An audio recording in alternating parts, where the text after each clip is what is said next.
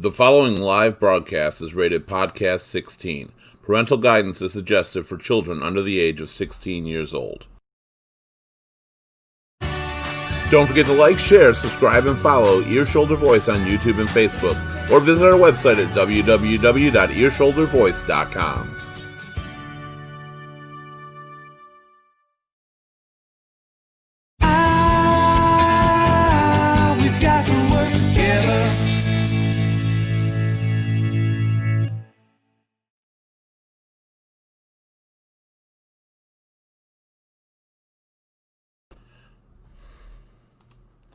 You're back again? It's like you can't get enough of this thing. Every week we're doing shows and we're seeing you returning and returning. It's like you just, I don't know, it's all you think about. It's all you want to do. I'd almost say you're addicted to the show. Well, you picked the right show to join right now, because today's show is going to be about addiction. I want to remind you before we start this show, don't forget to like, share, follow, and subscribe to ESV, Ear Shoulder Voice, on YouTube and Facebook. And we're also live on Twitch tonight too, so that'll also be good. Everybody has addictions. Everybody deals with something that they're hooked on.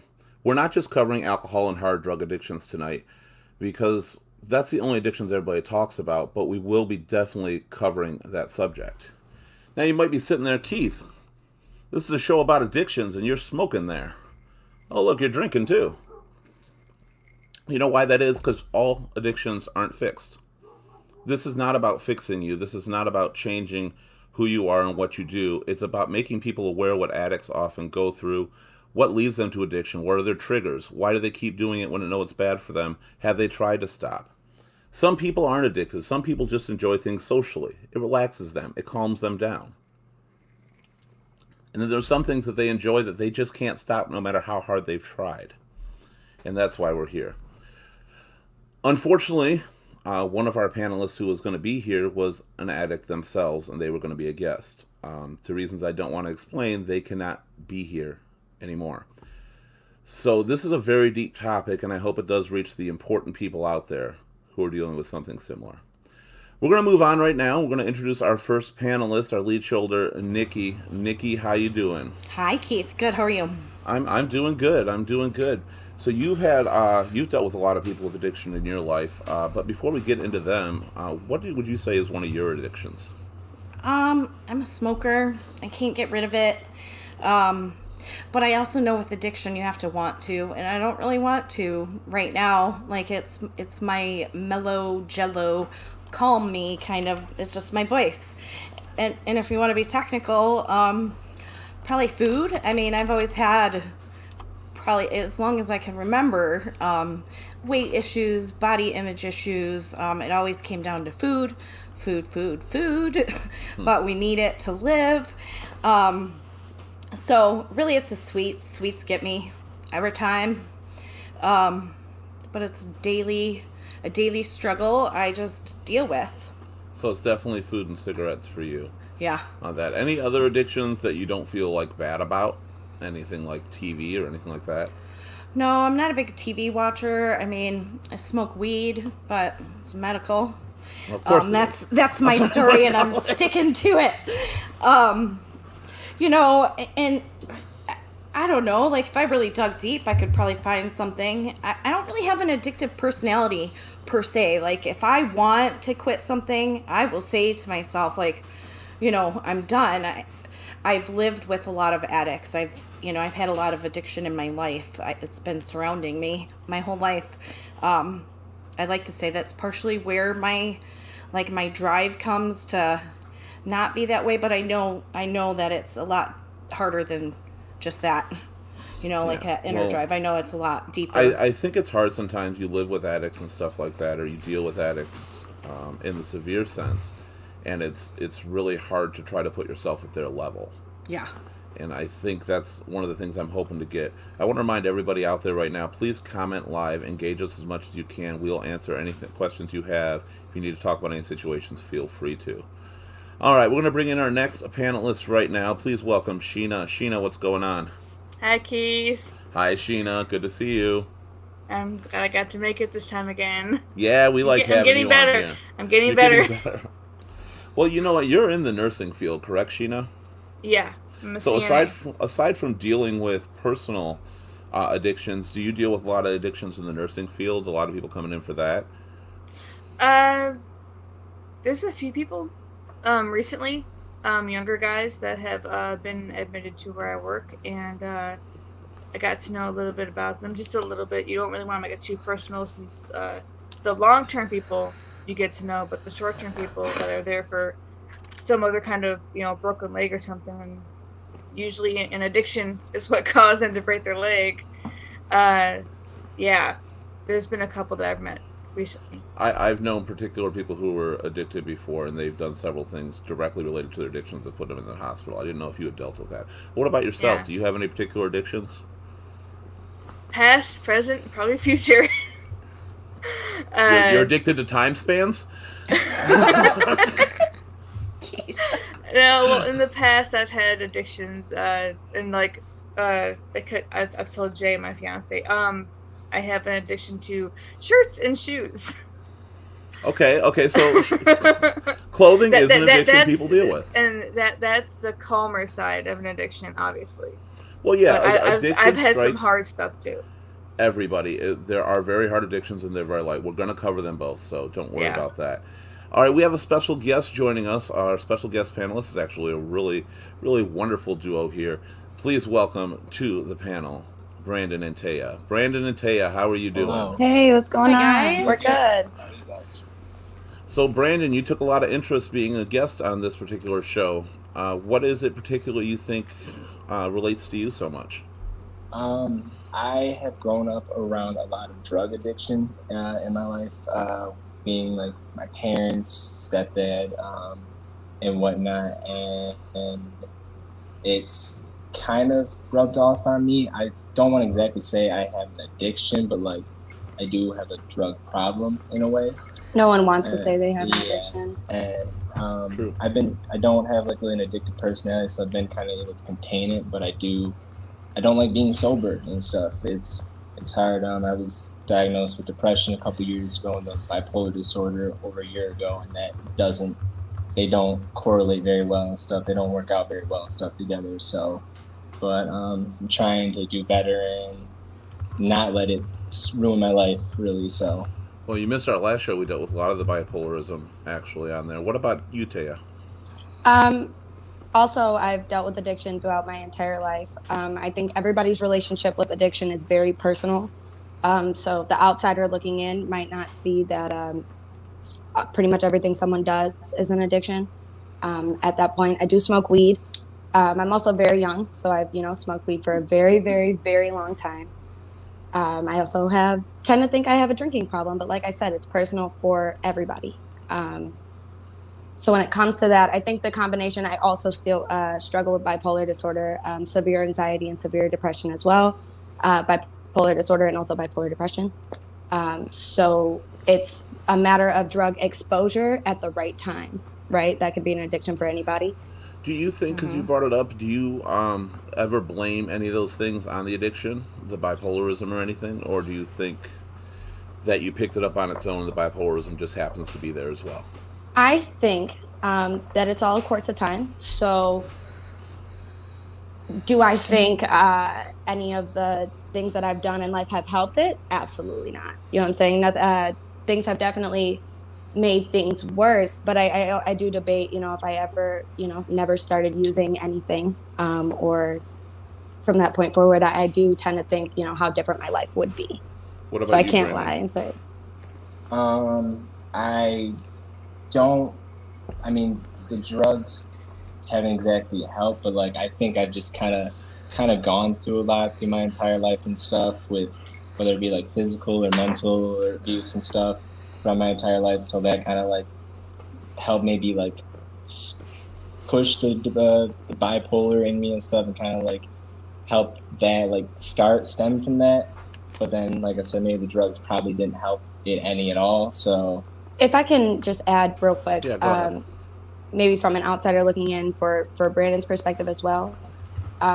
After watching so many people in your life, so many people that you look up to fall to drugs, it kind of, and then you end up somewhat in the same scenario. It tends to make things worse on the inside for you. It comes with a lot of self-hatred. You know, why did I do that? Even though you had a great time when you did it. You know what I'm saying? So that also adds to it. It's the euphoric moment that takes you away from reality that you're actually addicted to. A lot of people, I think, get confused with most addictions, and I'm talking about all addictions too, whether it's cigarette. It is the escape from reality. It's doing something else. It's taking your mind off particular things. I'm going to bring somebody else in for a second. She had to leave for a second, but welcome back, Lenny. Lenny, how you doing? Hi guys, I'm okay. Hi, Lenny. We got scared there for a minute. We were supposed to have you on, and you disappeared on us for a second. Hope everything's okay. Yeah, I have a little bell that says nurse on it, and my mom started ringing it because my sister fell, so I had to go help her up. So, All right, yeah. Lenny, if you don't mind, I wanted to ask. I was just asking everybody else, what is your experience with addiction? I'm not an addictive. I don't have an addictive personality at all. No, you have an addictive personality. Nah, I'm addicted to your personality. Okay, maybe no. But I've lived with people, and one in particular that was addicted to just everything, and it took me 2 years to even figure that out. He hid it very well, and we were together probably almost 4.5, 5 years, and ultimately he wound up taking his life.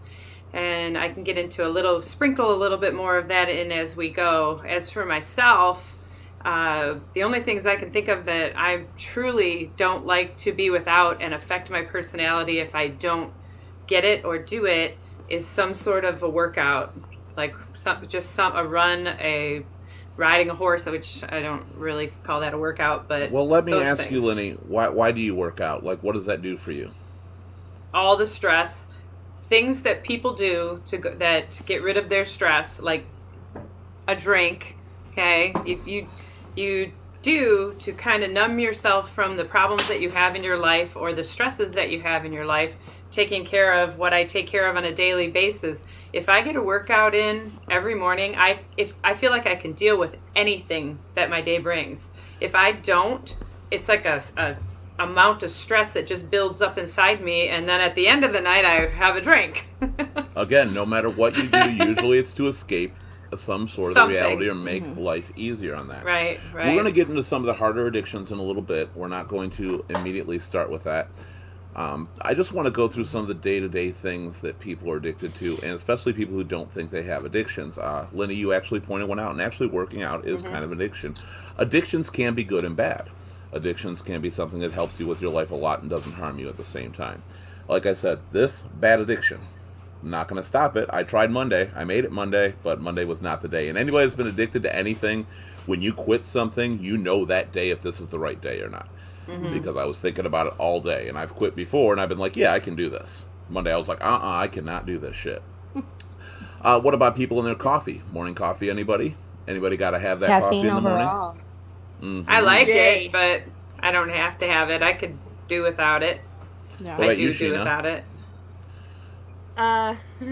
Jay is a caffeine fiend. He either has to have his espresso or he has to have a soda or something. If he goes without caffeine, he actually gets a headache. He'll Headache. get sick. Yeah, I was just going to say that. Really bad headaches. Really, When really you bad to where it do puts him ca- out. Too much caffeine every day, Yeah. and then you take it away. And It's awful. he usually takes one of the full. We have an espresso machine and one of the full metal cups. He fills it up. That's equal to 4 shots of espresso. Hey, you got to get what you got to get. Hi, Jan. And he does glad, that with Starbucks too. Glad you're here talking with us, Jan. Maybe next time you can join. Don't forget you can ask us questions through the chat, especially about this comment that you wish so much you could have intercepted your son's addiction. If you want to talk about that through the chat, we'd love to keep you going on there. And you mentioned one more thing to me, which was to vape and quit the cigs. I can't do that. Vaping makes me want a real cigarette so bad. Vaping's actually worse, you guys. It is. so much worse. What is it? It's like a liquid that it's like a water vapor, but you figure that liquid has chemicals in it, and those chemicals cause something called popcorn lung, where it literally Okay, looks like you have pieces of popcorn growing on your lungs, and it's not reversible, it's not repairable, it's not fixable. It's just there. So when did that all become like the new fad? I mean, kids, the past couple of years, kids have literally been injuring their lungs. Some have died. Like, some have exploded in their faces and caused, like, some serious burns. Serious. Now, that popcorn lung thing was actually, I've read the studies about it, and it was related to vaping at too high of a wattage, or their whole vape setup was not set up properly. So it's not 100% common. Well, either way, it's not like they're giving classes on how to set up your vape, gear. True. And it's my mom does the Juul thing.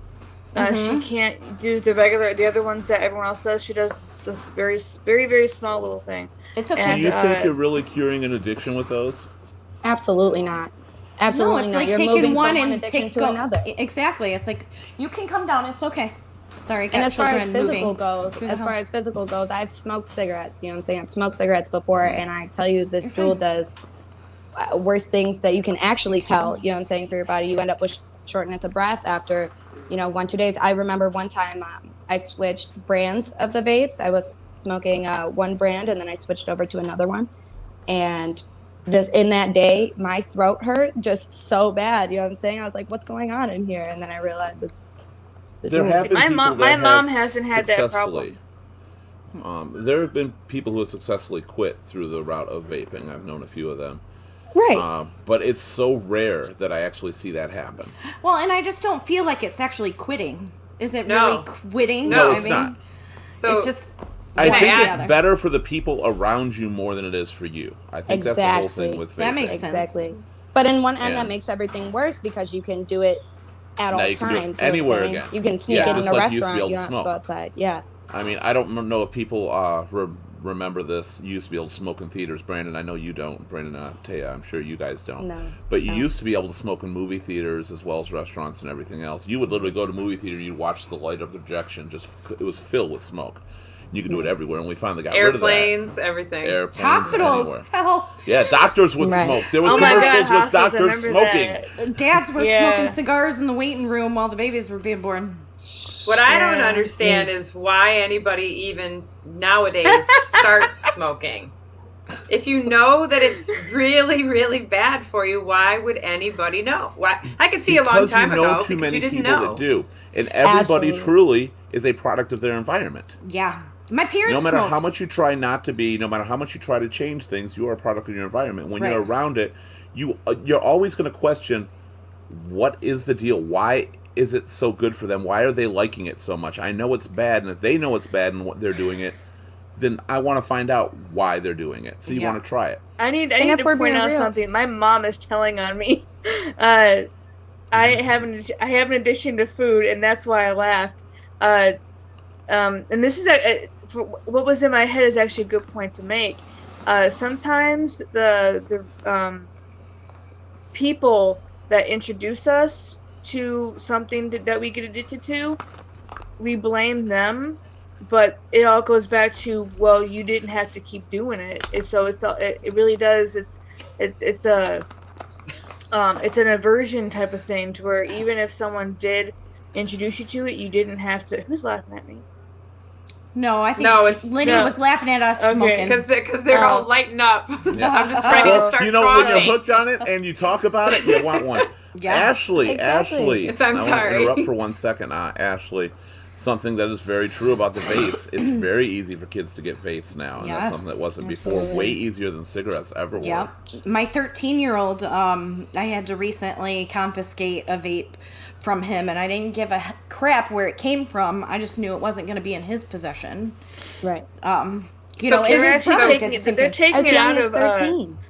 13. My mom sent me an article about that they're taking it out of places where it's easily accessible to kids that are not legally of age to buy them, because they're so accessible. So they're keeping them at vape shops and I think gas stations where you have to ID.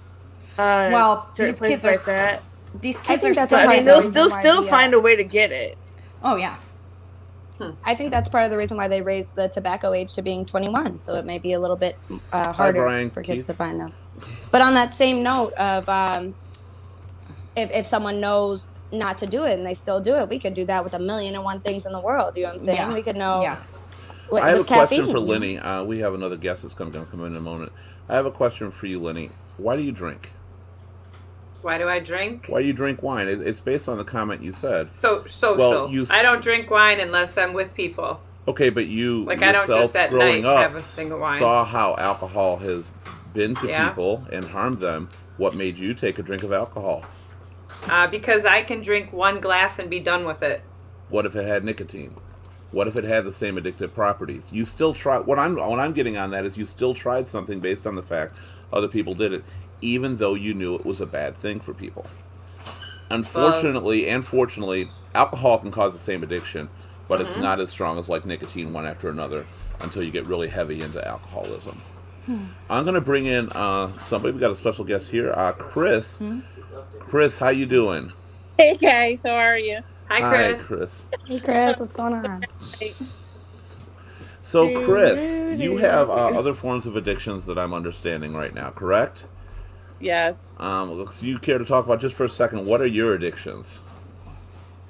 Well, you know what? For a while, I didn't think a foodaholic, a carbaholic, and I kind of tend to hoard things too a little bit, and I'll go through binging because people bring it to light and the guilt sets in. So to not like be embarrassed about that, I'll purge a bunch of stuff, but then I have to like go shopping again. I grew up in a hoarding family. My stepdad actually was a big time hoarder. We ended up combining like 4 houses into one over time, and he would not throw anything out. So I've known a lot of people that were into the hoarding. When's that moment that you think it's just too much? Where do you look at it and go, okay, maybe this is a problem now? You know, and it's nothing like you see on the TVs, but I'll open a drawer. My house was. Moving out, and I was going through cupboards looking for something. I pulled out like 50 different water bottles that you don't even realize. Someone gives you a water bottle. You go to a sponsored charity event. You're like, I'm just going to put it in here. I had 5 cupboards filled with water bottles we never used. Oh my gosh. Yeah, belt tire. Then we had Red Wings cups. And, you know, it's like, well, in case something breaks, I got a spare. Well, how many spares do you need? So I started going through it, and I put it all out in the middle of the floor. They came home. My entire kitchen floor was covered with water bottles. If you guys don't want, I'm going to take 3. I'm going to put them back, you know? And it's just, it's not as obsessive as those people. But No, like, but it can get there sometimes. You never know. I mean, it's always a little bit at a time, so you look back and go, holy shit. Yeah, so now I'm down in my basement. My son moved back, and I'm finding out there's like 35 hockey bags. So he has it too, but they only like to pick on me. And I'm like, every team you're on for the last 15 years, you get a hockey bag, right? Do you need to keep all of these? So I get this shit right now. But you see what happens like- with a lot of people that I know in hoarding and stuff, and I'm actually kind of guilty of this myself. You'll come across like, do you really need to keep this? No, I don't need this. So you put it in a closet somewhere. Yeah. You just still switch end up rooms. hoarding it. You just You change your switch location rooms. a little Yeah, bit. exactly. That's what Jay does. Now And the it's- food Ooh, it addiction. pisses me off. The food addiction. Nikki and Like, Sheena can relate to you on that, Chris. What's that? Nikki Okay. and Sheena can relate to you on the food addiction. Yeah, Lenny. I do have an addiction. It's What is it? chocolate. Chocolate. Oh. Okay, so you got one. She gets I me. do. Got one. It is chocolate. We're all, yeah. You sure. search hard enough, everybody will Yeah. find an addiction. Everybody will Yeah. find an addiction if they look hard enough, because honestly, addictions are a part of what makes living good. Whether you're addicted, I'm addicted to going to the movies. God knows, COVID's killed me for that. I love the movie theaters. Really? They're coming back on Friday. Right. Absolutely. You Yeah. know, it's cheap to pay that money. So I got Netflix. I like the experience. I like to laugh when the audience laughs. I like to jump when the audience jumps. I Well, like look, the all all together. I the definitely would love it. immersiveness. You know what else? It's a getaway that isn't a true getaway. It's no matter what you're doing, you can just go to the theater, forget about everything for 2 hours, engage in someone else's story. When you're watching Netflix, you I still just got hate shit the going on. Your prices. phone is ringing. It's So, not the same getaway. did you go to Rocky Horror Picture Show back in the day? I did Did you not. ever I do was that? too young for that. Oh. My You my would've loved sister it. had me go with one of those with her, and she said, "Whatever you do not raise your hand." I'm gonna bring up something right now that Jan said, and this takes us full circle to Big Heart Heavy Mind, one of our shows we did a little bit ago. The addiction of having friends and helping people, that is a real addiction that people don't understand about. That is a huge addiction. I do that too. Oh my The god. idea, go ahead, Chris. No, like I like helping people and I get off on it, and the more they don't want me to help or they don't like it, I want them eventually win them over so they like me. Yeah, well, but it's the thing about people get confused when people talk about that. It's just like you just want all these friends. You're just buying their love. You're just buying their friendship. In a sense, it's partly true, but what you're doing is you're trying to help yourself because 90% of the time you have a fear of being alone. Really? You want, I come from a big family, so yeah, I am like alone a lot now. Say that again. Well, I come from a big family. Well, your family, you can be alone in a big family. Trust me. Right, but when they all you can moved feel out, more alone. Yeah. So now I live with my family. I only have the 2 kids. They just both moved out, so I keep trying to help them. They're like, go away. Now the problem with Jan, my mom, the problem with that, with helping people, with it being an addiction, is that if you decide to try to help someone and that person ends up being taking advantage of it, and because you're so good natured, you have such a big heart that it's hard for you to tell them no, even if they they really need it. It's that's like, okay, well, the full circle. That's and the that's big what part sucks having about it. People, because me and my mom are a lot alike with that, and it sucks. Well, like your mom actually said, Jan, I am married but alone, and that's true. Family, sometimes you will feel more alone. Yeah. Oh, I'm sorry, I didn't mean to click on you there. I mentioned this, but also I'll get to you in a second, Ashley. Sometimes you feel more alone when you're with people than you do without them. Because when you're without them, you're not looking around. You're not trying to figure out, why are these people not talking to me? Why are we not doing anything? Why do I feel alone in this house? When you've got people around, that's all you're doing. You're wondering, what's wrong with me? Another topic coming up. You're constantly wondering that.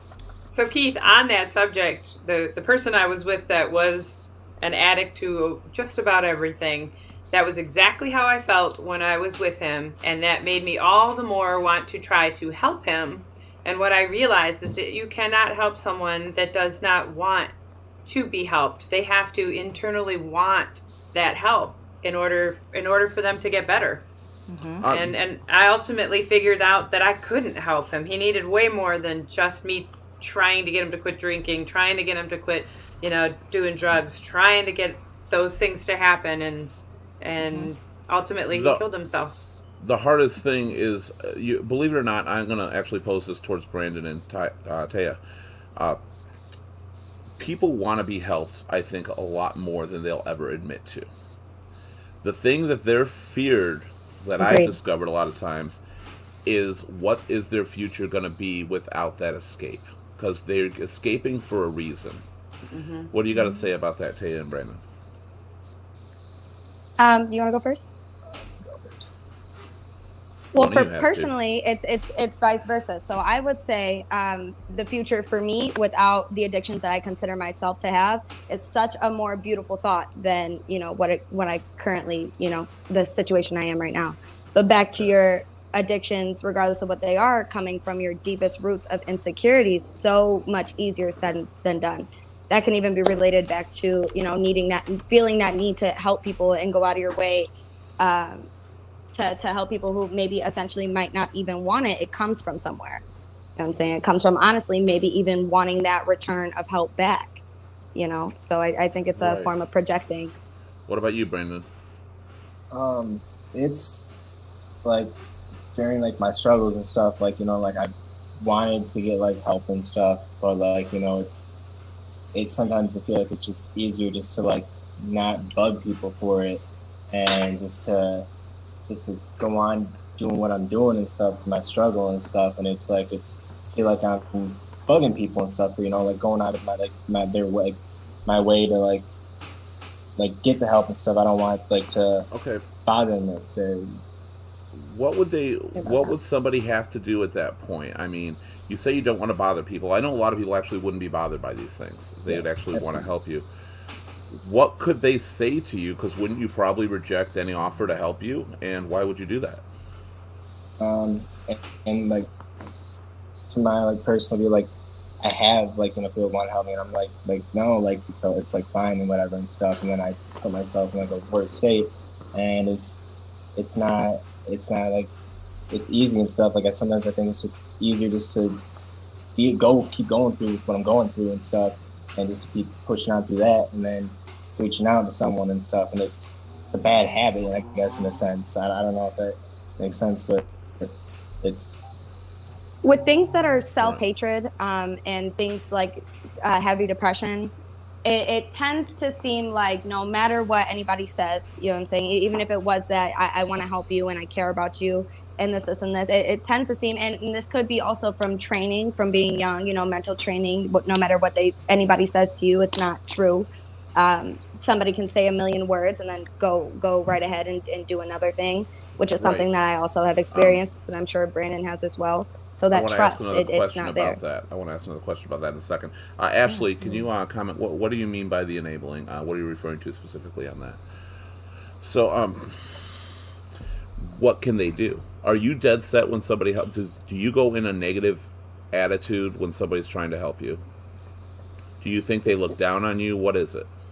Partially, that is part of it. That is part of it, feeling like I'm lesser than the person that I'm talking to. Um, that is 100% part of it, but it's also a matter of I think whether you like it or not, you're not ready. So if you are head to head, face to face with something that you're not ready to challenge and take on, you're going to retreat naturally as a human being. That's what you're going to do. You're going to retreat because you're not ready. So you have to be ready to do it for yourself. And we're talking about a million and one different things. We could be talking about someone helping you Oh with your yeah, mental struggles, rather than your absolutely. physical dependencies. So that's the second part.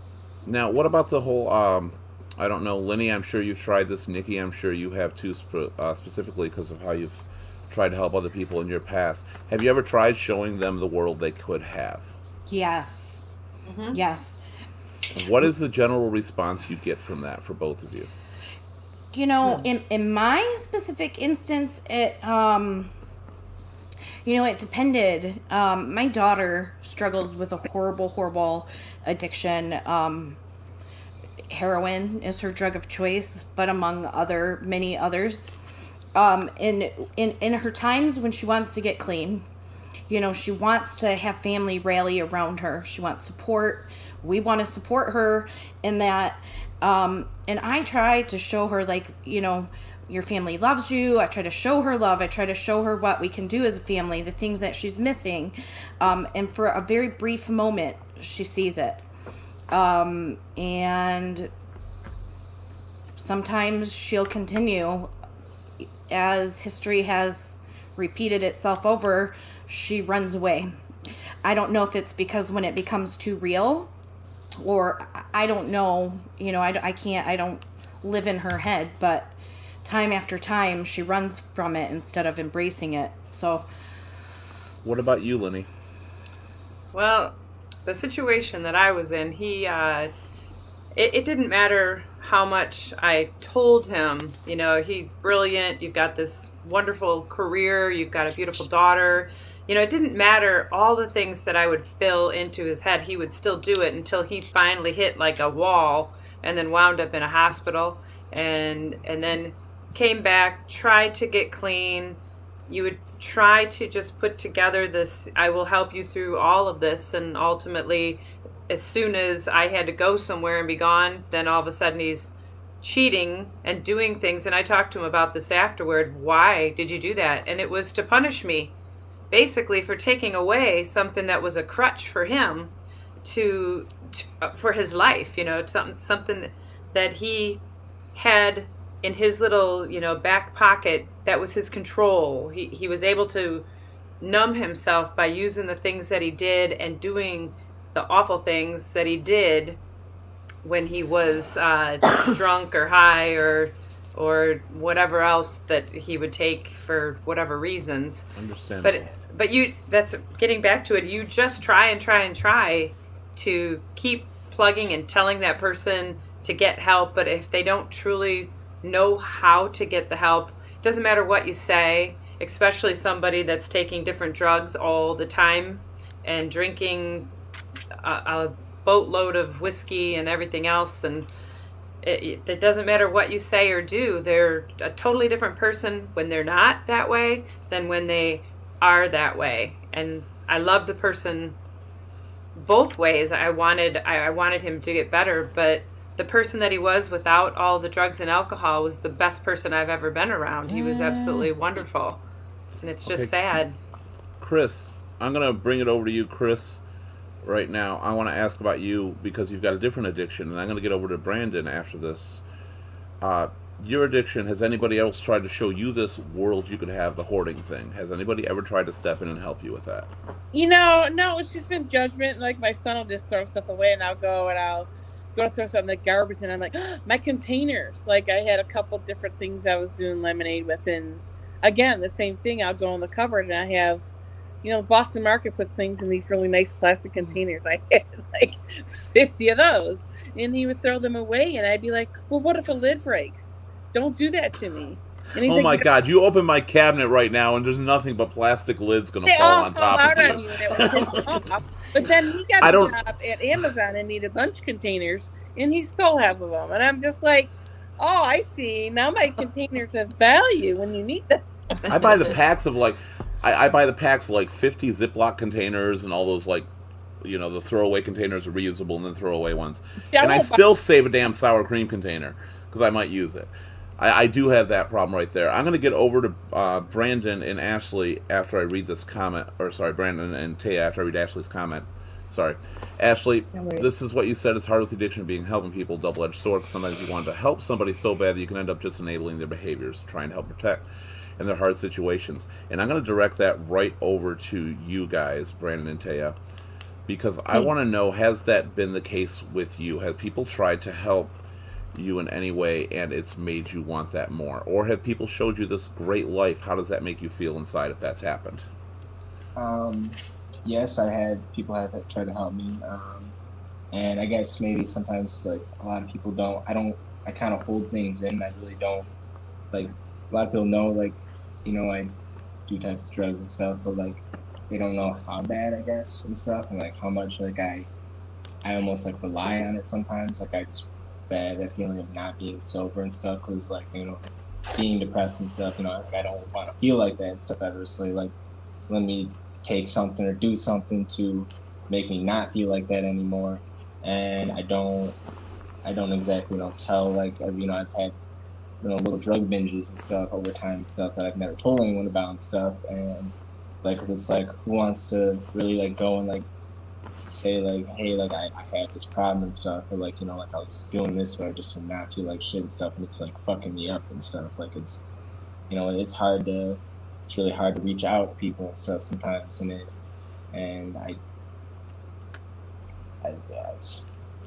Does anybody on this panel right now feel like they are not a good person because of their addiction? Absolutely. Absolutely. At times, yeah. I won't say not a good person, but not the person that I could be, without a doubt. To answer your question and to go back there, what you had said earlier about the addiction to just simply not being sober, and the addiction to euphoria, and the addiction to a different high, no matter how you can get it. It's an internal struggle. So nobody, you'll say, Brandon and I also do the same thing here. We also have a lot of the same friends, so it's, kind of a circle. Nobody you'll say oh, yep, they got a problem with having a good time.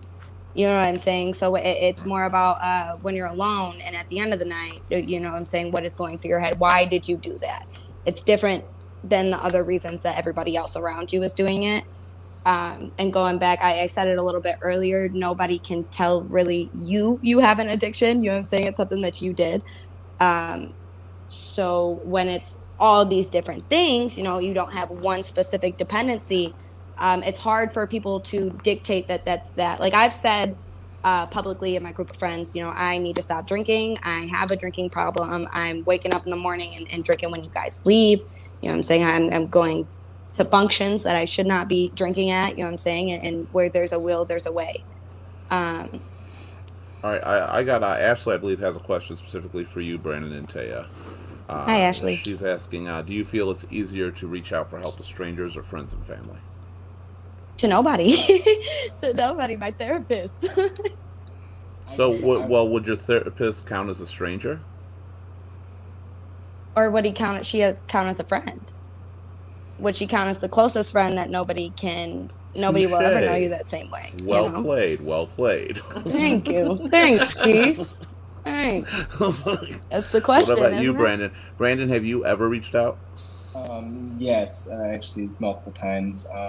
I sometimes I'll like reach out to strangers, but like I do have a lot of good friends and stuff in my life where like hey like recently I just told two of my friends I'm like I have like problem and like right now like I need to sober up and stuff like I just got to stop like completely. Like recently I just got put back onto medication for my bipolar and stuff to help me with like my anxiety depression. I'm like I just got to sober up right now completely and stuff. First of all, I don't want my doctor to see something in my system and like be like, all right, what's going on here and stuff. But I do reach out and and it is easier just to talk about with friends and stuff or family. Maybe not as much family and stuff, So but sometimes. Yeah, Lenny. I just have a question, Brandon. I might have missed this because I had to leave for a few minutes. But when were you diagnosed with bipolar? So about I want to say in the beginning of 2019, I actually purposely OD'd. I on a bunch of headache pills and stuff, and because I just was going through it, and I'm just like, this is it, and I regretted it like 15 minutes after I ended up going to a hospital. I actually got stuck in an inpatient ward in the hospital for about a week. So was it at that I point? hated. You're breaking up a little bit, but was it at that point that they diagnosed you with bipolar, or was it before that you were diagnosed with being bipolar? I've been diagnosed with depression for like a couple years, but then when I got there after the hospital and stuff, I really didn't really tell me anything. But when I looked at the paperwork when I got home, and it said bipolar disorder, manic depression, I'm like, that's new, and I'm like, okay. So. And this is really going to tie into something that I'm going to ask. So, this was in 2019. So yes. Before that, before you found out that you actually had this diagnosis, did you go to drugs and alcohol to kind of numb certain depression and things like that were going on in your life?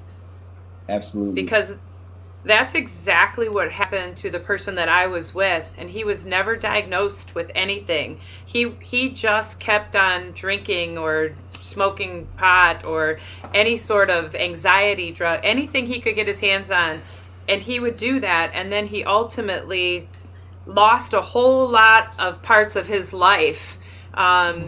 His job, his big things, his girlfriend. Ultimately, I did not want to be there with my two kids and have them see him commit suicide from an overdose. So I ultimately left because of that. And I still feel guilty because of it, because I truly think maybe had I stayed, and I could have maybe prevented that, because we still stayed friends. But he ultimately found out that he was bipolar, manic depressant. They finally got him on the right drugs, and he realized just how much he had screwed up his life. And you're young enough to kind of get a grasp on this. I know you can. He was a lot older than you, and he had gone through years and years and years of trying and hiding behind the drugs and the alcohol. Finally gets diagnosed properly, and I still wish that he would have a long time ago, because maybe he would be here today and get on the right meds to chemically maybe make things better in his head. I don't know how all that works really, but Lenny, I pray that you can get through this. Lenny, I'm going to stop, and I want to bring up something that you mentioned. So on this entire panel, how many people have lost somebody due to their addiction? Okay. How many people feel it was totally their fault, or they could have done something more?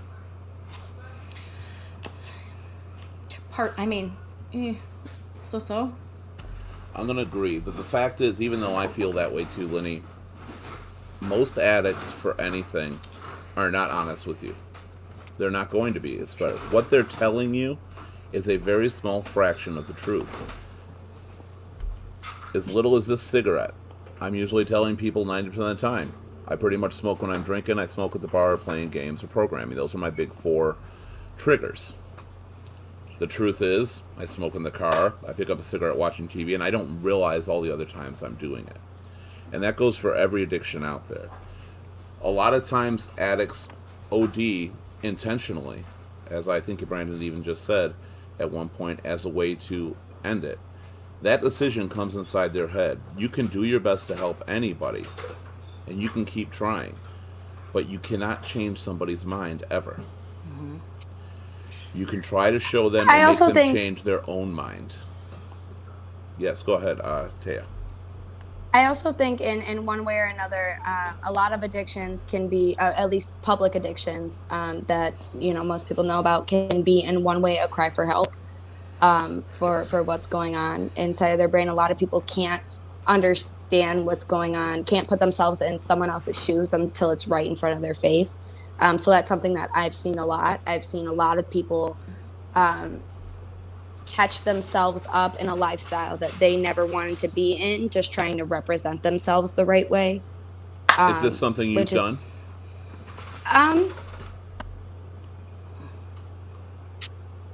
I'll say yes. I will say yes. I will say that I have ended up in scenarios that I didn't want to be in, just trying to explain who I am. In a nutshell, ultimately ruining, you know what I'm saying, the who you actually are, because you don't represent yourself the right way in that way at all. Sorry, Nikki. Sorry, no, you're fine. No. So, you've been there yourself, and I've known this for people, they put that public outcry for help, but when they get that help, or somebody tries, they reject it. What causes that you think? Things are subconscious. So for me, I've never intentionally done that in a way that was a cry for help. You know what I'm saying? I've never intentionally put things that I was doing in somebody's face. But subconsciously, you do. You know what I'm saying? Subconsciously, you do end up in a scenario where maybe you're taking something and somebody saw it and you just didn't care. You know what I'm saying? Like, this is this, from that point forward, do what you do. But as Brandon was talking about earlier, private binges is a whole different thing, So when you're publicly, this is something that I've seen. I wasn't personally myself, but something that I've seen a lot. I used to have a couple friends, and they would do game night, but they would experiment with different drugs throughout the time. And one of my friends specifically would do entirely too much. And from personal experience, knowing this friend for a very long time, I would always pull him to the side and be like, look, you know what I'm saying? Like, I see it. I don't know what's happening in there, but, if you want to talk about it, please let me know. And then from that point, it's denial. So maybe it's overdoing it in a public setting, drinking too much so you can be the one that's blacked out and not remember, So, all right, I want to do something. I'm gonna have a little fun with this for a change. Something we've never done before. I want to role play for a minute, not the way you like Lenny, in our own little way. Okay, but I want to role play a little bit. Nikki, you've dealt with the addicts. Mm-hmm. Lenny, you've dealt with the addicts. I've dealt with the addicts. Nikki, I'm going to start with you. I want to pretend, not even pretend, we are friends now. So, to everybody, we're friends. I want you to act like you've known Brandon and Taya, and I want you to explain what you would do that you wanted to intervene and try to help them. Wait, say that again. I want you to explain to Brandon and Taya what you would do to try to intervene and help them. Oh, why you gotta put me on the spot? 3 of us are going to do it to a different person. So I gotta explain to them what I would do to intervene. Yeah, what would you do? So I'm gonna be like role playing, like Brandon. You're their friend. Okay. All right, let me get into character, you guys. Keep putting me on the spot. All right. I'm out of the frame, but I'm still listening. All right. Okay. Brandon, Taya, I think it's time we talk. Guys, I'm trying not to laugh, but... That would be good right now. I'm sorry. So, I know we've been partying a lot, and I noticed that you guys kind of take it overboard, and I'm getting worried for you. And I want you guys to know I'm here for you, whatever I can do to help you. We want to go to meetings. If we want to find some support groups, I will do it with you every step of the way. Are you All guys right. willing? Brandon and Taya, if Nikki came up to you, you don't have to actually answer her questions on this point. We're not a help group, but how would you react to that? Like, is that something you would reject, get scared, or would you even push that friend away? I wouldn't push them away. Absolutely not. Because then they have good intentions and they are trying to help me and stuff. I would be a little more nervous about it, a little more anxious. But I would be willing to, try to I would go with them, whatever, to get the help and stuff if I could. But I would probably hold off a little on it. I wouldn't just be like, yeah, let's do it. But it would make me, I'd have to think about it and stuff a little bit, and probably would get into my head and stuff. But would it ever disappear to the back of your mind? No, I would think about it. I would hold on to it. I would probably hold on to it for a while. But yeah, it wouldn't be someone directly let's do it. But I would try to push myself at least. It would be a little hard for me and stuff. It would be something I've never done. I don't want to admit to this or whatever. All right, yeah, but I would be interested. What about you, Taya? What would I say? Yeah, how would you react if a friend came up and did that? If you can be as honest as possible with this too. Because what we try to do on this show is we try to relate to a lot of people who are going through and feeling the same way. So Absolutely. What I would say is, oh, Nikki. Oh, sweet, sweet Nikki. Where do you want to start? Where do we start? I see somebody. I haven't seen them in a long time, but I see somebody for therapy every once in a while. And if I'm being so brutally honest with you, if you were a friend, I would tell you I am just fine. Thank you very much. And then I'd go home and cry about it later. You know what I'm saying? I'd go. And that's just natural. You know what I'm saying? That's just natural for me. And I might even debate. Go ahead. And that brings me to my question. What, if anything, could they do differently to try to reach out? Because rejection when reaching out is one of the hardest things friends have to deal with. Something that's unique maybe about, I won't say it's unique because I've seen it. So many people go through it all the time. Something, though, that is for me and Brandon specifically is that it's not one addiction. You know what I'm saying? It's the addiction to any and everything around you. For me, it's euphoria. You know what I'm saying? It's just any form of euphoria, no matter how I can get it. Also struggling with bipolar issues and very, very bad depression. You know what I'm saying? You get to a point where you never want to feel like that ever again. So stay away. I'm sorry. Stay away from textbook is what you're saying too, possibly, in a way. Yeah. In a nutshell, I don't want to be sitting with a friend of mine who's trying to help me and feel like we're currently in an AA. You know what I'm saying? I don't want to feel like me. And honestly, in the moment, I don't want to feel like I'm the friend that took it too far. You know what I'm saying? But of course, these are things that you have to feel in order to get somewhere. A big part, like I said, of addiction being self-hatred.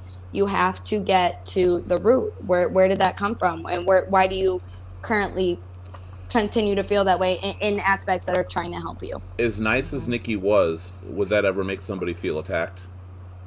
Would it make me feel attacked? No, but I'm not. Do you think it would make anybody? Do you think it could be something? Absolutely. Denial is a hell of a thing.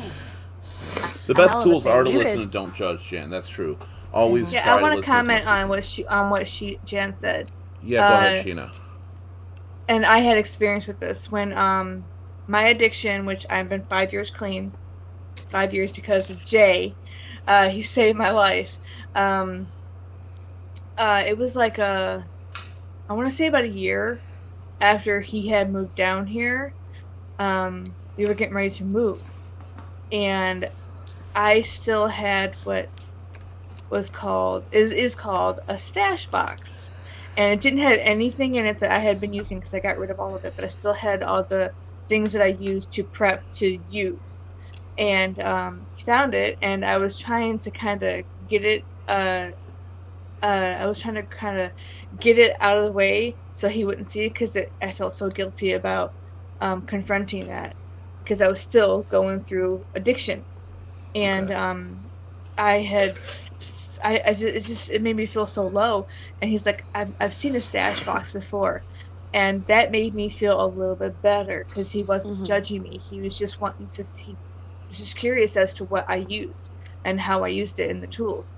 And he opened it and he just asked me, what I used, what for, and I told him. And I was expecting some kind of negative something, but I did not get that from him. He just made it okay to talk about. And I think that we believe when people are talking to us about addictions and stuff, and they're talking about our problems, we believe that they are looking down on us in a way. Without a doubt. That's why it was hard for me is the case to of a friend. Yeah, it right. was. We're gonna. Oh, go ahead, really quick. Go ahead. I agree with you. I felt guilty about it. I was trying to still hide it, even though I wasn't using anymore. But having someone, like Jan said, just talk to you, don't judge you, talk about it. My brother, he's been an addict for years and years on really hard stuff, and me and him talked about both of our addictions, because at one time it was the same thing. And having someone come in who has dealt with other stuff, Jay, he's dealt with things, right? Having someone come through that isn't a family member, and help me just face it and not judge me. And literally, it felt like a plain as can be conversation. That can be really important too, and that's what I didn't expect that. I'm going to stop you for a moment on this, because I'm going to move on. I really want to we're going to do 2 more of these role-playing things, and I'm going to do the next one here. And Chris, I'm going to approach you. We're going to do pretty much the same routine right now. Chris, I'm going to buy... Okay, that worked well. Chris, way to go, Chris. Wait, me? Fuck you. I'm leaving. Exactly. Hey, no, I was the first. I broke the cherry. Not the cherry. Put the charger in and hit Chris, the screen. Every time I'm coming over your house and stuff, I love you to death. Funny. I love you to death, Chris. You're one of my favorite people I've ever known. You mean so much to me. But every time I'm coming over, your house, it's like just too cluttered. And I don't care about clutter because I do it myself. But I see you constantly. It's depression that it's building up to. You're sad. You're not letting go of your moments. You're not letting go of what you need to let go of sometimes. You're holding on to it. The memories will always remain with you, but what you're doing is you're hurting yourself more and more in the long run by hanging on to all these items that you possess. I don't know if you need any help doing this. I'll be glad to go through it with you. I've been in the situation myself when my mom passed away, and I had to deal with the house, and I didn't want to throw anything away. It can be a really hard decision, but you're going to be a lot happier if you do. And I want to be able to help you with that. Now, if I said something like that to you, Chris, how would you react? I would want the help. Nobody wants to help me. And in a time where I told my son, hey, let's sit down on a Saturday instead of you going golfing and let's tackle this. Let's go to it. Some of the stuff is yours. I don't want you to be mad at me. I would be open to that. But nobody helps me. So in your case, it's a lot of times that people just aren't there to give you that option. Yeah, so I am pretty good at going in spurts. Like, you know what? Fuck this. I'm just gonna do it. That's what I've been doing lately. If I haven't touched it or used it, you should see the side of my house. I'm just throwing shit over the fence, literally, because if I don't get it out of the house, if I put it on the counter, I'll wind up putting it back. I'll go, well, maybe I'm gonna put these over here now. I'm like, no, shit, over the fence, so I don't see it, and in the can, or I'll spill stuff on it to ruin it. Okay. Get some ice cream. How often have you asked for help before you had to reach out to other people? And versus how many times they came to you? Record for help. I do, and I feel like I give to everybody, even my husband sometimes. I'm like, don't let me buy this. Let's go. If we go look at something in the house at Walmart, Halloween stuff is out. I have all this Halloween decorations. Don't let me buy anything, but just help me walk through and look. And then the next thing I'm going to rush by, and then I get home, I'm like, you didn't even help me. Because why do you want to make you mad? I'm like, I wouldn't have been mad. I needed that I needed that crutch. Let me enjoy seeing the new stuff out there and not buy it. Jan's So I got a don't good even go point. look anymore. I'll look Jan's, online. Jan's got a good point. Sometimes having somebody there just go through it and say, keep it or go. And then you got to sometimes make it that quick of a decision, Yeah. because if you try to draw it out, the answer is always going to be keep it. All right, guess Yeah, whose so I've turn's just been next? throwing stuff and making everybody mad around here. Hey, I wasn't ready to fill out. Oh, tough shit. You weren't there to help me. You know what? I got that fuck it attitude lately. Sometimes that fucking attitude gets you through a lot of shit, trust me. Linny, Period. you're Yep. going to be our next contestant here. And we've got Sheena over there. Sheena, we want to tackle the food one? Really, I wanted to do the smoking one. Just I know kidding. you did. That's why we're not doing that. You've already been through that with me, and it didn't work. So we're going to tackle. Sheena's got a food addiction, and it's an unhealthy, happy addiction. Is that what we're going to tackle for you, Sheena? Okay. Okay, I guess All that's a right. yes. So, Linny, So approach Sheena, her. all right. So Sheena, first of all, I want you to know that I love you, and I know you're struggling with this food addiction. And the first thing I want to ask you is if you want me to help you through this, and if there's anything that I can do, I am going to sit down with you, and we're going to do this together. So the first thing I would want to do is just ask you some questions. You know, what's the first thing that makes you want the foods that you want? So that we'd have to have that conversation. And then the next thing I would want to do is sit down and try to figure out, you know, what triggers those things. And if you even want my help, the biggest thing I could do for you is to find somebody that actually knows what they're doing in that field and go there with you to sit down and try to figure out how then you can get help with that. Because So- it's bigger than me and it's bigger than you. And until you truly want help, I would be there as your friend to go get help for you. But I can't do it for you, and it's obvious if she's got this problem, you can't do it alone either. So my question would be, do you want that help? Sheena, how would you respond? You do not have to actually answer as she's offering that, which, by the way, I think anybody that's on this panel would offer that to anybody here. So don't get us wrong. But Sheena, how would you respond if a random friend came up and talked to you the way Linny just did? She'd be like, It's fuck pure you. silence. Like, let me think about this for a while.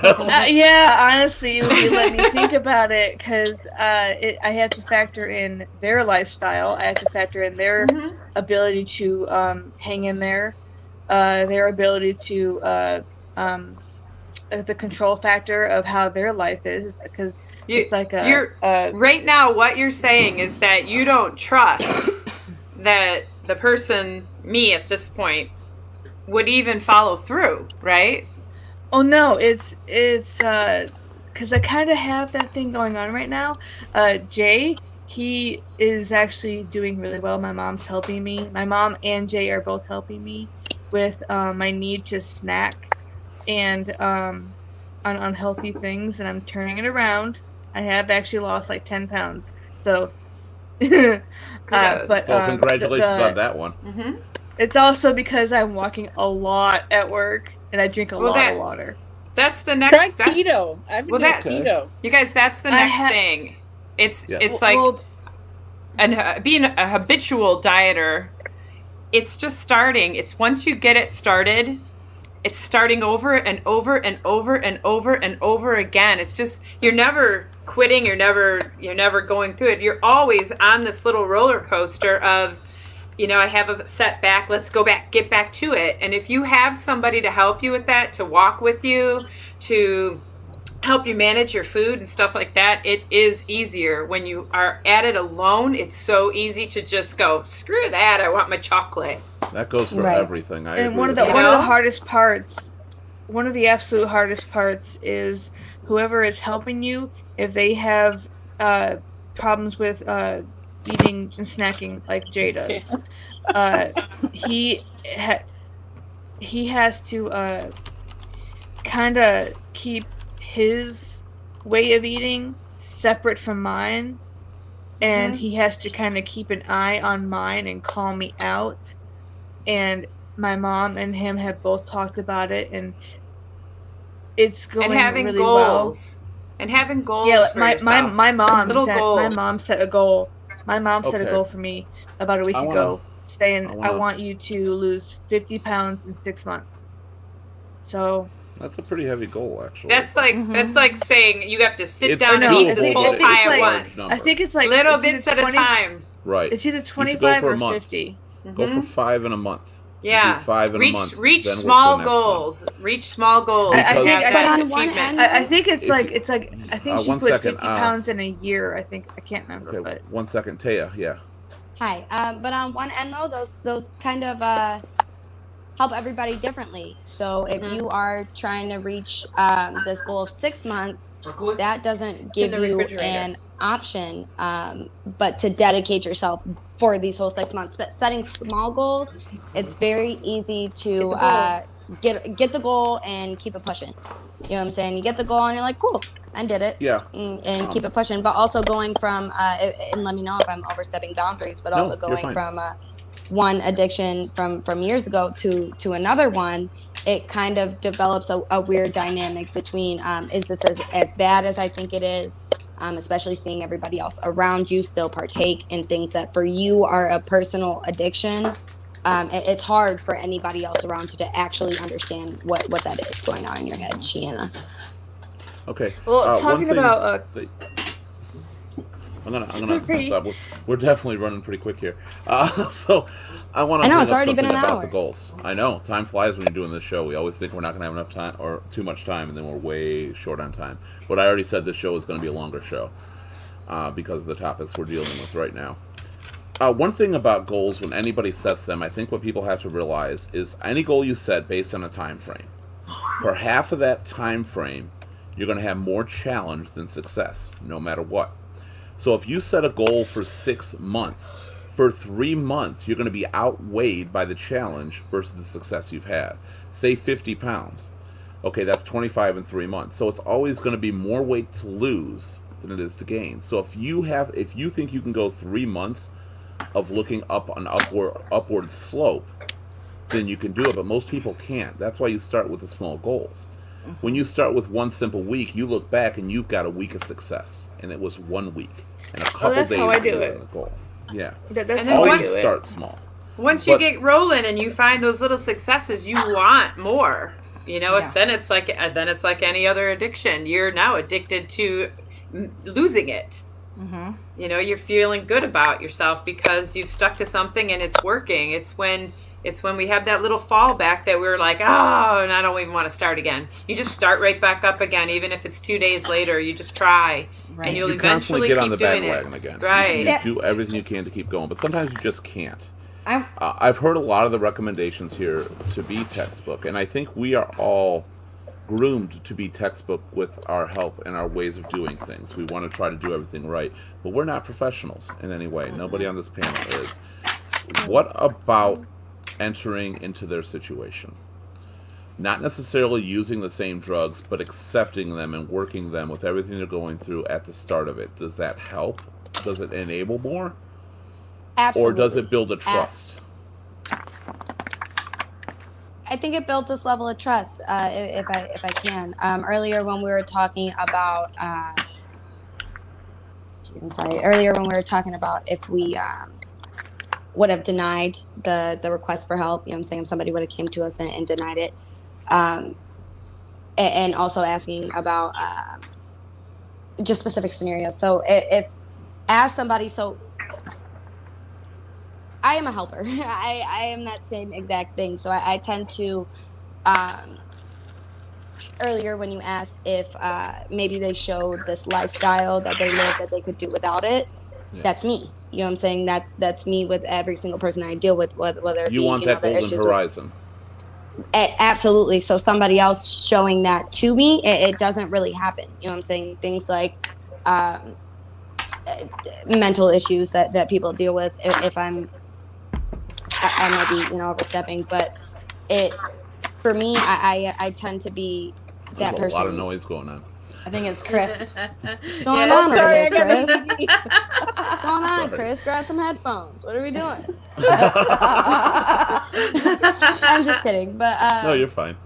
on that end of somebody showing you that lifestyle, I feel like that is what it is for me. I tend to show people this life that they can live when they conquer how to work their brain.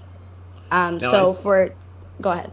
I was going to say, I think that is part of the importance why I said to enter into their life a little more, is because you will start to understand what they're truly seeking before you try to help them textbook style.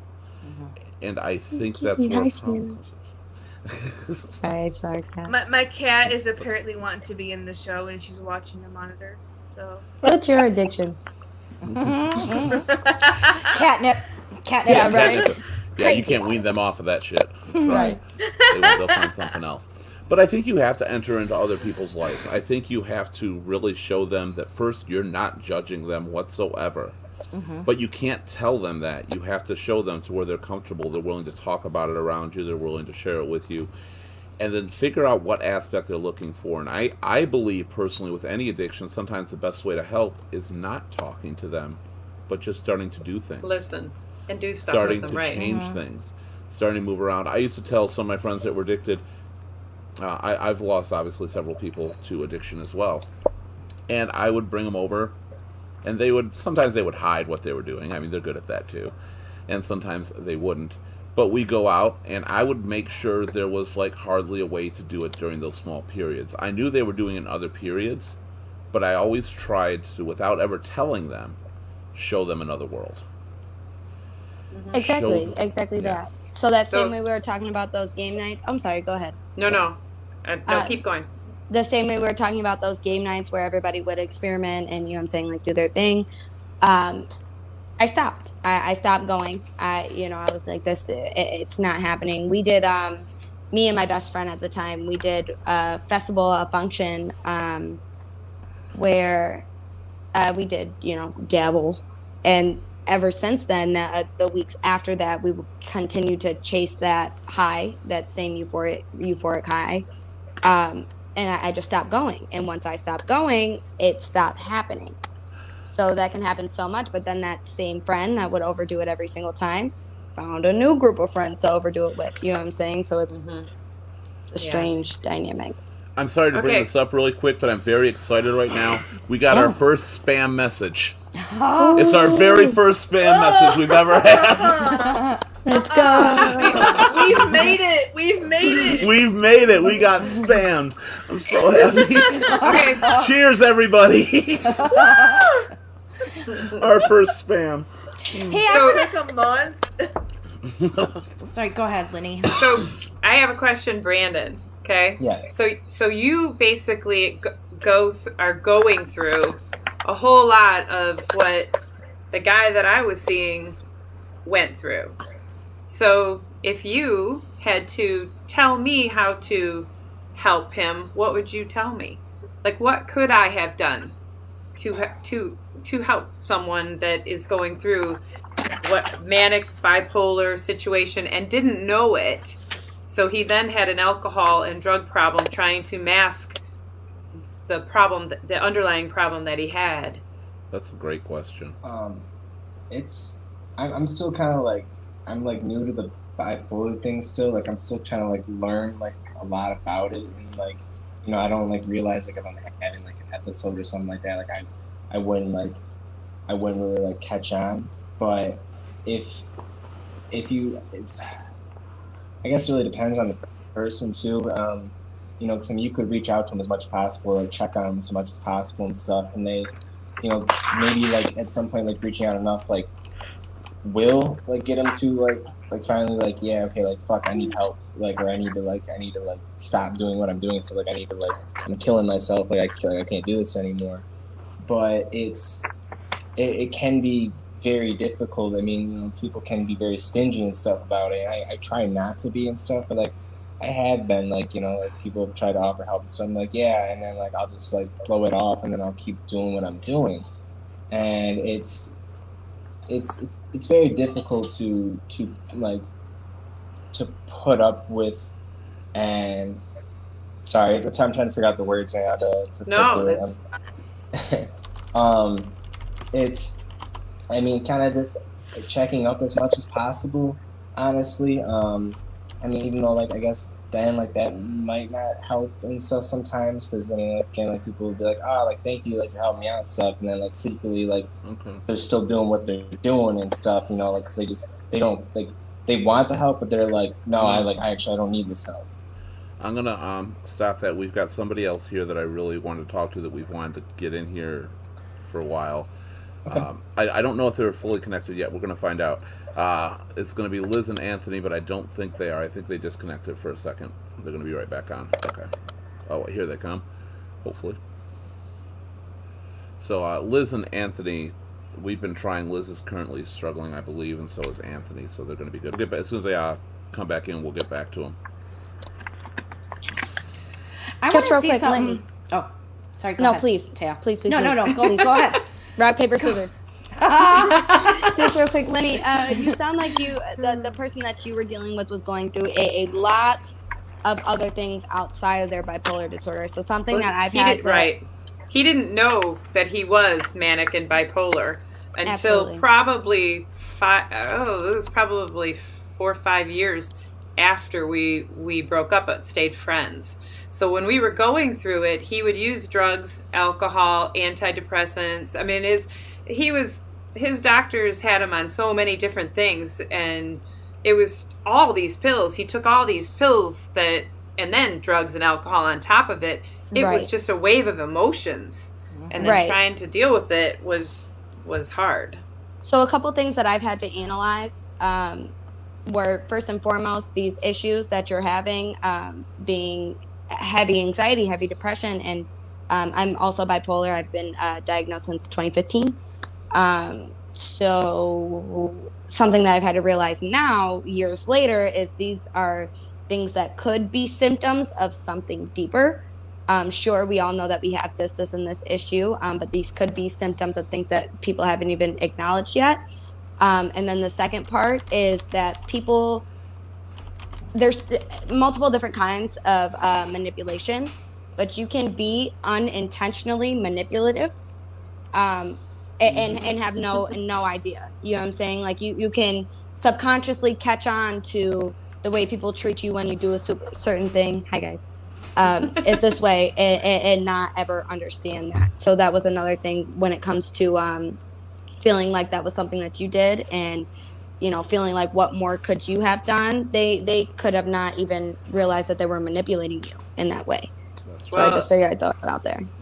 All right. Yeah. We're going to get over to Hi, Liz and Anthony really quick. How you guys doing? Hi, guys. I'm so happy you were Hey. able to be on here. Good to see you. Is it working now? It's working now. You're good. We can hear you. We're good. Okay. All right. So I'm going to open up. We don't have a lot of time left in the show, but I'm really glad you made it on here. So we're going to open up. I'm curious, what is your relationship to the addictions? You've been listening to the show, correct? Yeah. So what can you add on to this? I'm a recovering alcoholic and intravenous cocaine and pill addict. I've done heroin, meth, a little bit everything. But it's about I started drinking when I was about 11 years old, and then started doing pills at 17 years old. And then after my dad died, I was probably about 23 when I started shooting up pills. And we started smoking crack after that. My ex got me doing that, and for almost the entire, I've been struggling with my addiction for the entirety of our marriage. We've been married for almost 10 years. And if you don't count my relapse, about 2 years ago, which I, of course, counted, but it was about 5 years I would be sober. But it was a little under 2 years I had a relapse and almost died. I decided to get an 8-ball of cocaine and shoot it up in just a few hours and had a bunch of seizures. And, What about you, Anthony? Same story, pretty much? I'm pretty much done everything, but I've never actually been an addict. I think I was maybe addicted to crack when I was probably like 15, though. I was homeless and like hit the streets. So I think the biggest hold on me was crack, but I haven't touched it in years. yeah, 10 years, Yeah. 9 years, something like that. How long's it been for you, Liz? I had a relapse about it was a little under 2 years now. But it before then it was like 3 years. So if you don't count the relapse, it would be five. But it's been about two since I've done anything. So I was sober for a while, and I got up the hair at my house and decided to get high, and I almost died, and that's kept me from not using. Okay, well, I mean, a lot of people that I know that have been through it have definitely been through the near death. Unfortunately, some of them have also gone through the death. What was your triggers ever? Was it your friends? It's myself pretty much. And then if I have people in my face that keep trying to push it on me, like I had a friend, a friend who I had been sober for. That's who got me start using back again was her. But I had been sober for it was like almost 3 years, and she kept saying, "Oh, I got some coke. You want to shoot up some coke? I got some heroin." I'm like, I don't like heroin. I just like coke. She kept trying to get me to shoot with her, and after about 2 months, I finally caved, and I started getting high with her again, and then I stopped. And it was a few days after Valentine's Day 2 years ago is when I had the overdose. Um, but it's myself pretty much. I have bipolar disorder, and then I get in my own head. I still struggle really often with cravings, and I take herbal supplements to try to help with that because I don't want to be on any like they put me on lithium, and I don't want to be on that stuff anymore. Are there any triggers for those cravings? Is there like certain Um, scenarios, or just come out of nowhere? if they come out of nowhere a lot of times. Just I was painting the other day, just standing in a wall and painting, and all of a sudden I just had like a nausea and just a big urge just to go get high, and I just try to keep myself occupied when that happens. Um, like if we get into arguments or something, it doesn't bother me. It's random. I'll Brandon, wake up. oh, I'll sorry, wake go up ahead. having dreams and stuff that I'm getting high, and then that whole day I'll just be triggered and wanting to get high.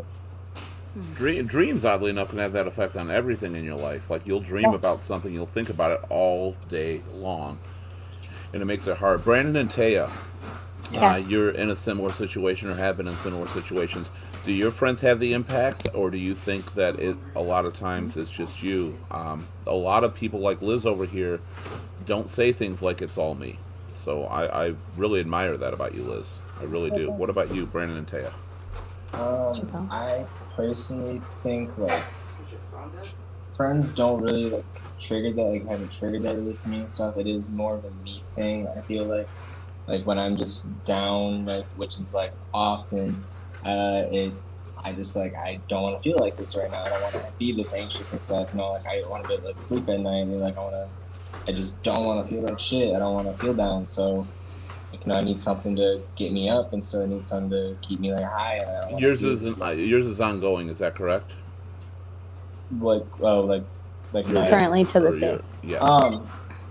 yeah, kind of and stuff. Like I've like past like week or so, I've been like more sober and stuff, whatever. But like it's like it hasn't been like an everyday thing and stuff. You know, But it it's like still hits regularly for you. yeah, absolutely. So What was your I moment, Anthony or Liz? Oh, I'm sorry. Go ahead, Taya.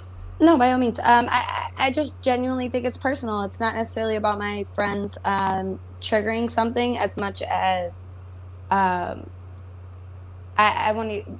I would say enabling. You know, what I'm saying where we can be in a room full of people who are smoking and drinking socially, as Lenny does, but the next man isn't going to have one glass of wine. You know what I'm saying? They're going to go very hard. So it's not necessarily them triggering or being the purpose of that, as it starts from one place. You know, you might be having fun with your friends one day, and the next time you see yourself all by yourself doing these things that you did to have fun. Do you think any of you four on here? Do you think that eliminating friends is a solution, though? No. Not being around Eliminating it. friends. Certain ones, because there's a lot of I people, did. especially when you're an addict, when your friends are the ones providing the stuff for you, and they're actually more pushing you to do it. Do you I think did, that's but important? it still made me want it. I eliminated a lot of people that were supplying me with it, but there's still, it just comes out of the blue. I'll just, for some reason, there will be nothing around me. I'll be like getting from my car to the gas station, like inside the store, and for some reason I'll get a whiff of it, and if it's not anywhere around me, it's just the strangest thing. And Well, you're it's still going to not. have your moments that are going to come back to you, and I believe anybody who's quit, anybody who's an addict, even me smoking, if I quit smoking, I'm going to have moments that I'm going to want that, and that goes for everything. Addictions are very similar, just the Yeah, causes are very it doesn't different really matter in the effects. if you take the person that uh, introduced you to whatever it is. It doesn't necessarily take care of the fact because you've already gotten an addiction to it. It's just something that is going to be in you, in your head. It's going to be a craving that you're going to live with for the rest of your life. No matter if you take every person away that has been in you in a crowd, Now, that has Liz, been. I'm Yes, sorry. so Oh, I'm trying to move on to everybody. We're running like, Liz, you answered that you just try to occupy yourself. That seems to be one of the most important things for you when these moments come up. Anthony, I wanted to ask about you with that. What is your solution when these cravings hit? Um, I don't really get bad cravings. You I don't, so just, you're one of the lucky ones, I'd actually say on yeah, that. Yeah, yeah. Yeah. Do you that's guys really do you guys ever decide not to go somewhere because you know you can't have what your Yeah. addiction? that's a good one. Yeah, we Yeah. moved probably about 45 minutes away from where we used to live, um, just because it's all over. Like we were living around the block from my old drug dealer, and that's when I overdosed. And after that, we just moved. We're living in the country now, and just it's too much of a pain in the butt to actually get in the car. And get high. Like, I have gotten in the car several times and gotten on the freeway, and I'm like, dude, I'm not going because there's so many cops out here too, and it's like I'm not going to take a chance of getting a felony for having a bag of syringes and an 8 ball on me. So And I Yep. that's definitely actually don't one of want the to go to reasons prison. why. That's the reason why I'm decided to move as far away from an area that I used to live in, because I knew about 3 or 4 dealers that I could get a hold of within 5 minutes. Yeah, And I said I got to get away from this area, and I'm like 45 minutes away from them, and it's a relief. It's still a bit of a problem, but it's a relief because I'm not going to drive 45 minutes to go get something, and I'm not going to disappoint Jay. yeah. That's he watched me overdose, and I after coming out of the seizures, like that's what I made a video for myself. So when I'm having cravings, I see myself like right after I had the seizures, and I don't want to do that to him again. Like that was horrible. Um, like can I I can't put him through that again. And if I die, like who's gonna take care of him? Who's gonna take care of our little dogs? And like I couldn't do that to him can I again, ask even how though I long you've really been wanted to. married? 10 years. 10 years. So you had just come clean, Anthony. Is that correct? About you Yeah, said it's been about 10 years. yeah, I hid me shooting up from him for about a year and a half. He didn't even know I was using. And I couldn't take the guilt anymore. I was like, look, I've been getting high. I've been shooting up, and he was pissed at me, but he was like, look, if you're gonna do it, you need to be at home and make sure you're safe. Let's try to get you some help. And I wouldn't take the help. Um, How hard is it now that you're clean? Do you see a brighter light? Is it like a better life for you? Do you feel that, or do you feel somewhat more um, agony because of it? kind of agony. Like She seems more unhappy. yeah, We were talking about that earlier. We were talking about sometimes without that crutch, as we've been calling it, the crutch for your regular life, that you fear the unhappiness of it. Is it something you feel you would ever reverse to, or are you pretty much on the dedication of not going to I, touch it again? I'm doing my best. That's all people can do. I You know understand what, that. Liz? As much as you know about it, you would be the perfect person to give other people help. To be able to go. I mean, if you can get through what you got through and you tell your story to other people, you might just save somebody else from going through what you ultimately went through and Without a almost doubt, dying. Yeah. strength comes from experience. Mm-hmm. I'm going to ask Brandon and Taya, what advice would you give people going through the same thing that you are right now? From your mouth, Um, because you also experience it. um,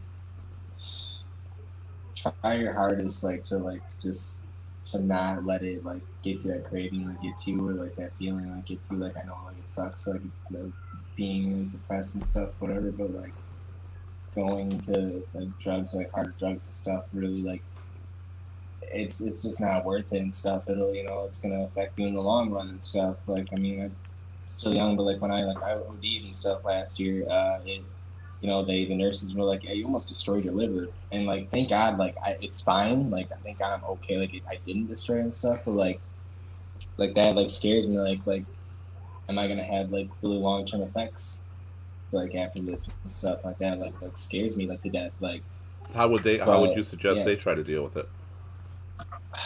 Um, everyone's got something that that they do. Like I like playing video games and stuff. Like I like being around my friends, just going out and stuff. And like I've been playing like my whole life and stuff. And I used to when I was like in my teen years and stuff. After school, I'd play fucking video games for like 12, 15 hours straight with my friends and stuff, whatever. Which that's like a slight little addiction stuff too. But like it's much better than doing drugs and stuff. And I'm not, maybe straining my eyes, getting some headaches, whatever, not getting sleep, but like that's way better than fucking destroying your organs and stuff, like whatever, killing Well, yourself. people say swapping addictions is bad, but that's not true. Swapping certain addictions can be bad.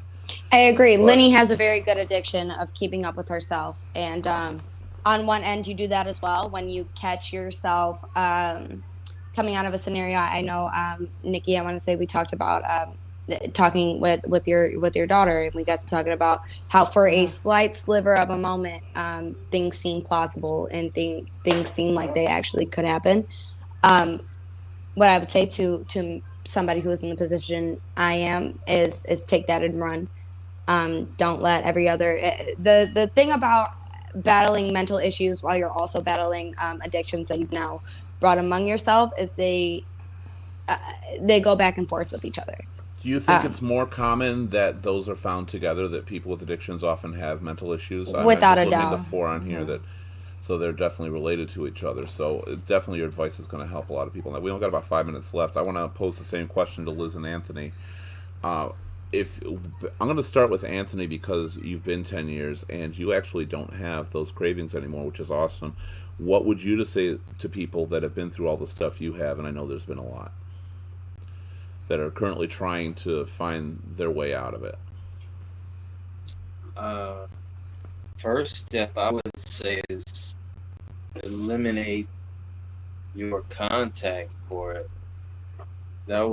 I think that's the biggest thing for anybody, be just eliminate the contact. It's easier to get away and move apart, get your head together. Oftentimes, I've discovered that you look back and you realize that these friends weren't friends. And do No, you ever do that? Do you do that yeah, now? most definitely. I don't have no friends, Yeah, we so we got each other and our dogs, so we literally so that's it. go What nowhere. about you, Liz? Liz, who's still struggling with the temptation. What advice would you give to get through that to people who are also struggling with temptations but trying to stop it?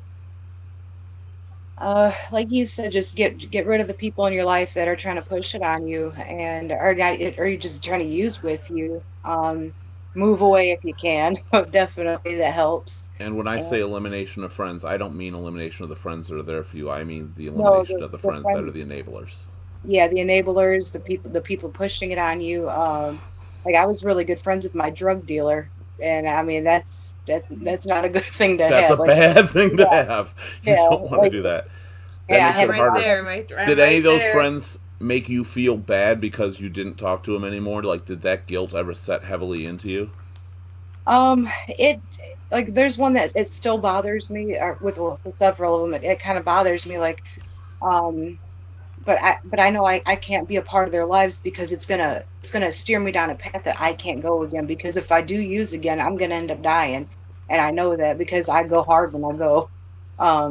Like I can't just do like a little bit here and there. Like I will go get an 8 ball and shoot it up and have Most seizures. people, most Uh, people that OD because they quit for a period prehand, that don't yeah, intentionally do it.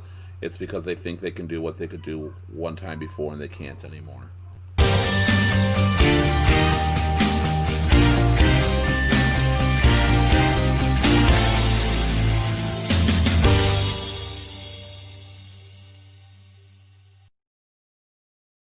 Everybody you've seen here tonight is struggling with addiction in one form or another, even though some of us didn't admit it.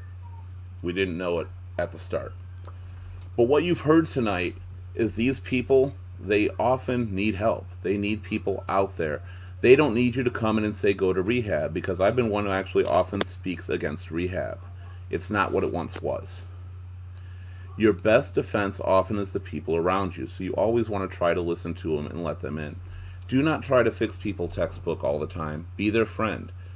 Most people that are addicted to the hardcore drugs and use these drugs feel unwanted already. Feel low, feel something's not right in their life, feel they're not going to get where they want to be. They need people like you around to show them a better way. And your solution is never going to be theirs. Everybody has their own solution and their way off of it. So learn. Listen. Don't judge them. They're very strong people. They're the most amazing friends you'll usually ever find if you just take time to know them. And when you realize what they've been through in their life, you'll realize how strong of friends they really are and how strong of people they are to get through everything. You all have been absolutely amazing on here tonight. This was a very deep, very long show, which was good and definitely necessary. An hour and a half. It takes a lot of courage to talk about your problems with other people. I thank you, everybody here, for having that courage. We do our deeper topic shows every Wednesday. This was, I think, by far the deepest topic show we've ever done, and it was very enlightening. I hope everybody that watched it not just watched it, but they learned a lot from it, of what it's like. Don't judge people. They have reasons far beyond anything you can imagine. But just listen to them and be there. You say your friends aren't going to do that, or your friends are less of people. You're less of a person as a friend if you're not there for them as a part of their life.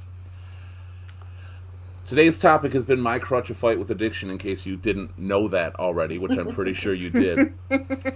On Sunday, however, the topic will change. We're going to go lighthearted again. It's school ties. Those were the days. So we're going to talk about what it was like back in school, things we missed, teachers, subjects, extracurricular activities, things we wish we could go back to. I wish I could be there. Exactly. But you can't, because you're busy. I gotta work. So we'll get somebody else. I gotta work. So that's going to be on Sunday. So again, Sundays are much more lighthearted shows. And yes, Wednesdays are deeper. However, this is October, so you're going to see a lot of more scary Halloween-y type stuff coming up. But not before our Sweetest Day specials hit. Those are coming up too.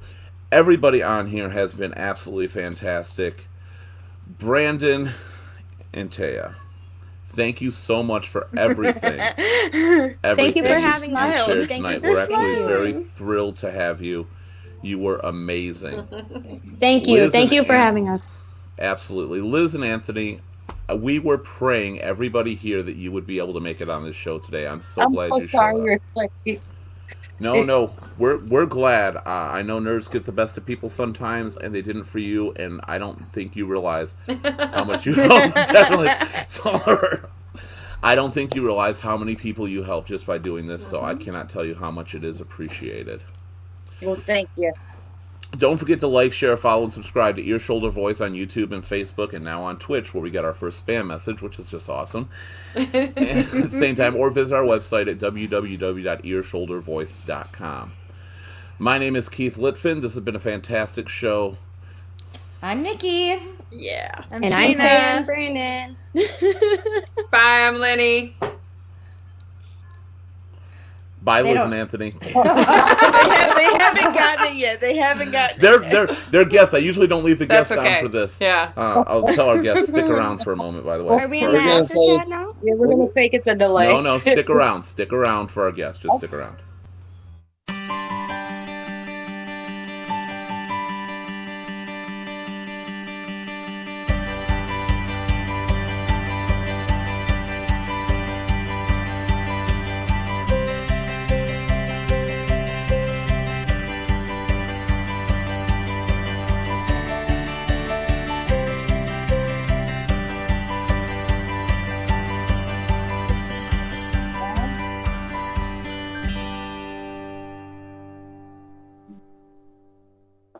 Yes, I thought you said it would stick around.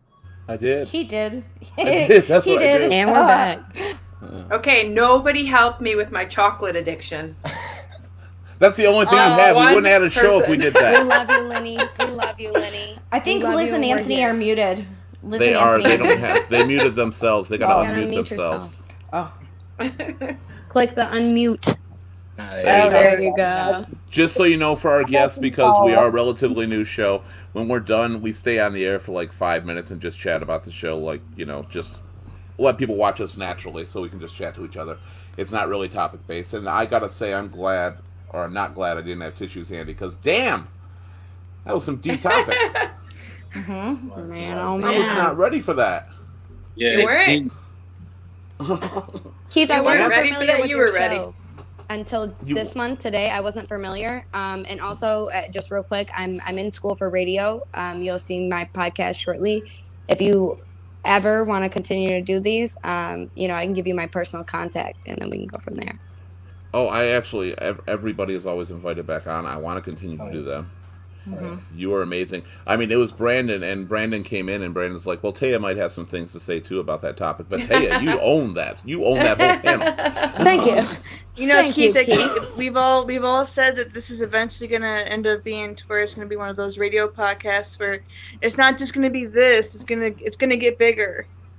I mean, I think get it notifications of how many people have reached, and it's into In the studio. it's over like 500 people that have actually seen the page, have actually watched the videos, and I mean, it's blown us Our away. interaction every week goes up by thousands of percentages. Yeah, every week. it's amazing, and we all knew this was going to be something great. It's not, but a lot And of I- people, like Ashley said, I said, oh, why did I call you Ashley? I'm sorry. Ashley's also commenting, thank you. I called you Taya, I called you Ashley again. But like she said, it takes time. It's going to grow. Well, I mean, you called me Shannon for the longest time on this thing. Sorry, Shannon. I was trying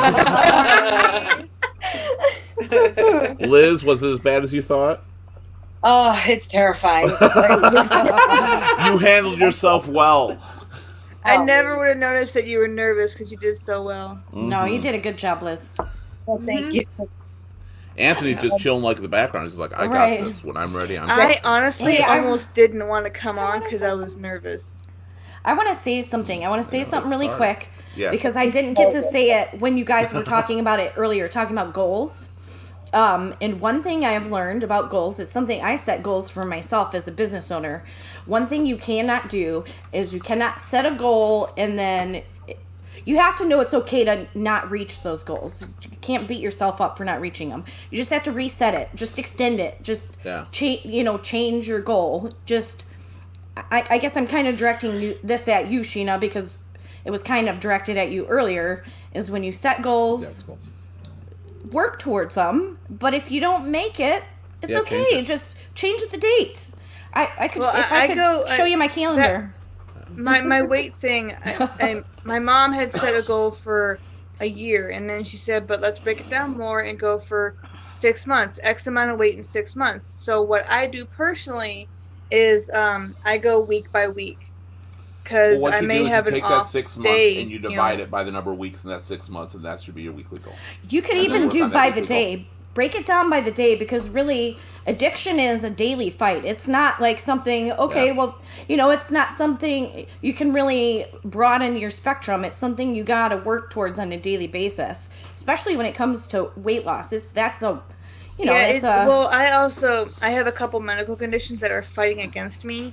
Sure. So, which makes it a little harder, and I also when I'm by myself, which it's really hard. Especially I've had 3 days off this week, and I technically have only usually 2, which makes it a little easier. But I tend to get when I get bored,